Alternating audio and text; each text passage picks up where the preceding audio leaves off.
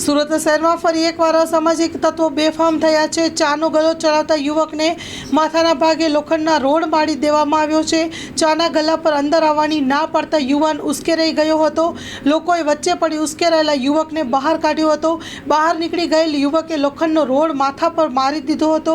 યુવકને સારવાર માટે હોસ્પિટલ ખાતે ખસેડવામાં આવ્યો છે। હાલ આ મામલે ડિંડોલી પોલીસે ફરિયાદ લઈને આરોપીને પકડવા તજવીજ હાથ ધરી છે।